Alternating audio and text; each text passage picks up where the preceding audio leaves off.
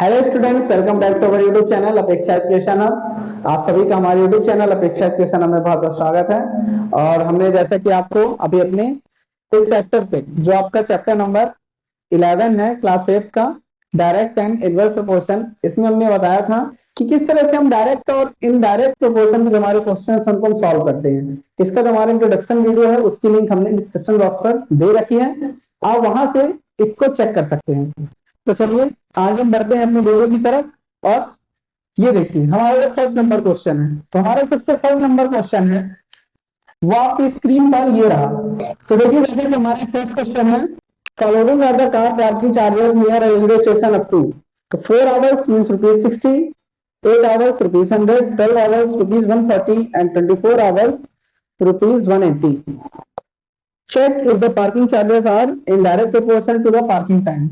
तो यहाँ पे आपके इस क्वेश्चन में बोला जा रहा है कि जो भी पार्किंग चार्जेस हैं क्या वो डायरेक्ट प्रोपोर्शन पे है कि नहीं। तो आपको इसे सॉल्व आप कैसे करेंगे, किस तरह से हम बनाएंगे। तो जैसा कि हमने आपको अपने पिछले वीडियो पर बताया था कि किस तरह से कोई भी चीज जब डायरेक्ट फॉर्म में हम उसको डायरेक्ट प्रोपोर्शन में सॉल्व करते हैं तो वैल्यू जो होती है वो हमारी इंक्रीज होती है। मतलब हमने आपको एक्स और वाई और ए और बी फॉर्म पे हमने आपको क्वेश्चन समझाया था, उस पर जब एक्स की वैल्यू बढ़ती है तो वहां पे आपके साथ साथ वाई की भी वैल्यू बढ़ती जाती है और इसके साथ साथ ए और बी की वैल्यू भी इंक्रीज होती है। तो अगर हम यहाँ पे देखिए, हमको यहाँ पे इसका रेशियो फाइंड करना है, क्या ये इंक्रीज फॉर्म में चल रहा है कि नहीं चल रहा। तो आप देखेंगे कि हम यहाँ पे जो हमारा पार्किंग चार्ज है उसके अकाउंट में यहाँ पे नंबर ऑफ जो हमारे आवर्स है उनको हम यहाँ पे ले लेते हैं। अब जब हम इसको सॉल्व करेंगे पार्किंग चार्ज और जो नंबर ऑफ आवर्स है, तो यहाँ पे आप देखेंगे कि यहाँ पे जब पार्किंग चार्जेस ₹60 है तब यहाँ पे नंबर ऑफ आवर्स यहाँ पे 4। तो अगर हम इसको सॉल्व करेंगे तो इसको सॉल्व करने पर हमको वैल्यू नहीं आएगी यहाँ पे 15। तो जो हमारा रेशियो है वो यहाँ पे आया 15 का, जो हमारी यहाँ पे वैल्यू आई वो आई यहाँ पे हमारी 15। इसी तरह से जब हम आगे बढ़ते हैं अगले पॉइंट जो हमारा 100/8 पे है, जब हम इसको सॉल्व करते हैं तो हम इसको सॉल्व करते हैं तो हम देखते हैं यहाँ पे कि हमें यहाँ पे नई वैल्यू मिल रही है, वो मिल रही है 12.5। मतलब इसको अगर आप देखेंगे तो यहाँ से हम इसे अगर रेशियो फॉर्म पे लिखते हैं तो रेशियो फॉर्म पे हम इसे कुछ इस तरह से भी लिख सकते हैं 4 2 8 एंड 4 से अगर आप इसको डिवाइड करते हैं तो ये आपका हो जाता है 25, यानी कि 25/2। आगे जब हम इसको सॉल्व करेंगे तो इसे हम सॉल्व करेंगे 1/40/12। इसको जब हम सॉल्व करते हैं तो आप यहाँ पे देखेंगे कि ये 2 से डिवाइड हो गया 6 टाइम में और ये 2 से डिवाइड हो गया 70 टाइम में। इसे हम डिवाइड करते हैं 3 टाइम में और ये 2 से चला गया 35, यानी इसका जो रेशियो निकला हुआ है आपका यहाँ पे 35/3।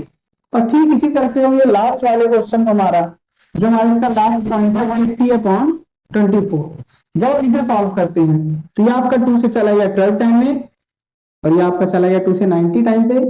फिर आगे हम इसे सॉल्व करते हैं, यहाँ आया 2 से 6 और यहाँ आया आपका यहाँ पे 45। फिर हम इसको जब 3 से कैंसिल करते हैं तो 3 2 6 और 3 से 15 टाइम यहाँ पे आ गया। तो आपकी जो फाइनल वैल्यू मिली वो मिली 15/2।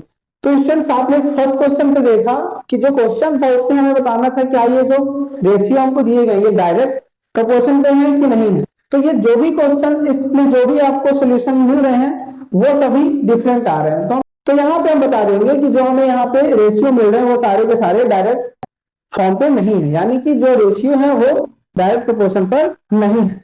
आगे बढ़ते हैं सेकंड क्वेश्चन की तरफ। तो सेकंड क्वेश्चन जो हमको यहाँ पे x1 x2 x3 और x4 की यहाँ पे वैल्यू फाइंड करके बतानी है। तो अकॉर्डिंग टू डायरेक्ट प्रोपोर्शन, क्योंकि हमें पता है डायरेक्ट प्रोपोर्शन का क्वेश्चन है, हमारे क्वेश्चन पे बोला गया है, तो जो हमारा सेकंड क्वेश्चन है उसको वो आपकी स्क्रीन के सामने ये रहा। A mixture of paint is prepared by mixing 1 part of red pigment with 8 part of base in the following table. Find the parts of base that need to be added। और ये आपको एक table बनी हुई है जो कि हमने आपको यहाँ पे बोर्ड पे बना रखी है। तो ये जो यहाँ पे फिल करने के लिए आपके ऑप्शंस थे इनको हमने यहाँ पे x1 x2 x3 और x4 फॉर्म में मान लिया। जब हम इसको सॉल्व करते हैं तो डायरेक्ट प्रोपोर्शन पर होता क्या है कि जैसे यहाँ पे लिखा है 1/8 इक्वल्स टू 4/x1, हमने यहाँ पे डायरेक्ट फॉर्म पे इसको रख लिया। जब हम इसको आगे सॉल्व करते हैं तो आप देखेंगे कि x1 हमारा इधर पे आएगा और यहाँ पे 4 × 8 हो जाएगा, अपॉन में आपका 1 आएगा। जैसे ही 1 अपॉन में आएगा तो ये 1 आपका अपॉन में आएगा, मतलब इसका कोई भी नहीं लिखने का, तो इसको हम नहीं लिखते हैं। तो हमको यहाँ पे जो इसकी डायरेक्ट वैल्यू मिल गई वो मिल गई 32। इसी तरह से हम इसका जो हमारा अगला वैल्यू, यानी कि जो अगली वैल्यू है x2, इसको फाइंड करते हैं। जब हम x2 की वैल्यू फाइंड करते हैं तो सेम इसी डायरेक्ट फॉर्म पे चलते हैं। तो यहां से आपको x2 इक्वल्स टू 7 इंटू 8 यानी कि 56, ये आपको वैल्यू मिल गई। आगे इस तरह से हम x3 की वैल्यू फाइंड करेंगे। तो आपको करना यही है, ये आपका सेकंड पॉइंट हुआ, ये आपका फर्स्ट पॉइंट हुआ। जब हम x3 की वैल्यू फाइंड करेंगे तो यहाँ पे लिखेंगे 1/8 इक्वल्स टू 12/x3। यहां से आया आपका x3, और सेम वही प्रीवियस वाली जो आपकी अभी मेथड चल रही है, इसको जब हम सॉल्व करते हैं 12 इंटू 8 करते हैं तो आपको यहाँ पे वैल्यू मिल जाती है 96। और जब हम लास्ट जो हमारा x4 की वैल्यू हमें फाइंड करनी है, उसको हम किस तरह सॉल्व करेंगे, तो 1/8 equals to 20/x4। x4 equals to 20 into 8, यानी जो हमें फाइनल वैल्यू मिली वो मिल गई 116। तो इस तरह से हम यहाँ पे x1, x2, x3 और x4 की डायरेक्ट जो आपके डायरेक्ट प्रोपोर्शन फॉर्म पे हमें वैल्यू फाइंड करनी थी उनको हम फाइंड कर लेते हैं। और साथ ही जो आपके बाकी के क्वेश्चंस हैं उन सभी की जो लिंक है वो हमने डिस्क्रिप्शन बॉक्स पर दे रखी है, वहां से आप जो और क्वेश्चंस हैं उनको भी आगे आप चेक कर सकते हैं और उन्हें भी आप आगे सॉल्व कर लेंगे। तो इस तरह से अगर आपको हमारा वीडियो अच्छा लगा तो प्लीज हमारे चैनल को लाइक और सब्सक्राइब जरूर करें, और अगर आप हमारे चैनल पर नए हैं तो इसे सब्सक्राइब करने के साथ साथ शेयर भी करें। Thank you.